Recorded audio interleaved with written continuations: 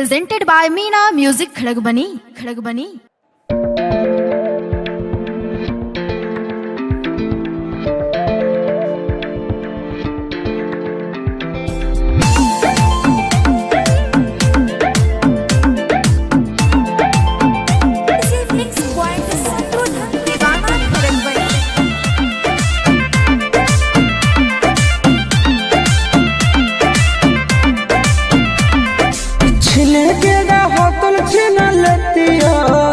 दुनिया जहान से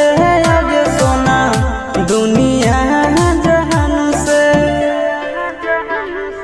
छीन के राहतल छीन लेती हो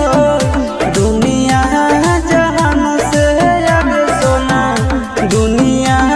जहान से जोड़ी है बनावल भगवान के दुश्मन है इंसान के आगे सोना दुश्मन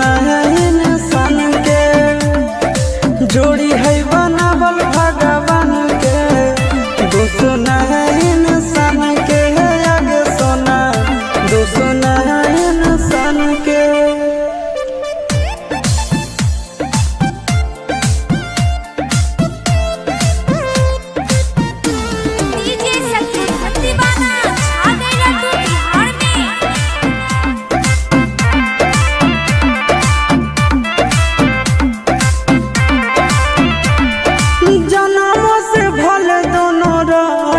साथ में कहरम तो हक विधात के हाथ में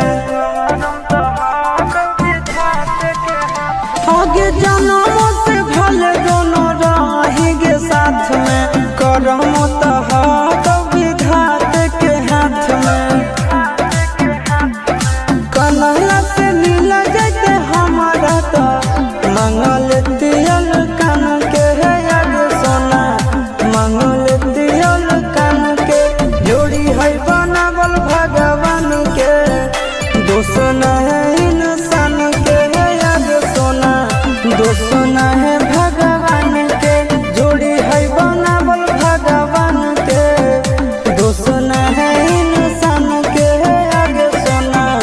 दुश्मन है इंसान के।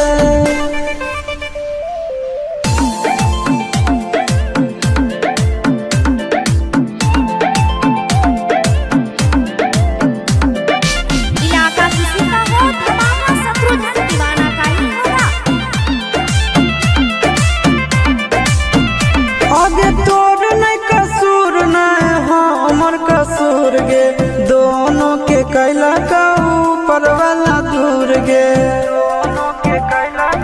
ये सोना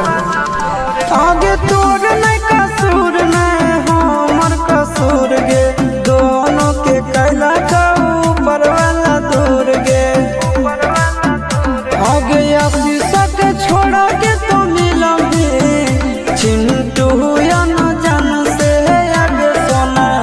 चिंटू या न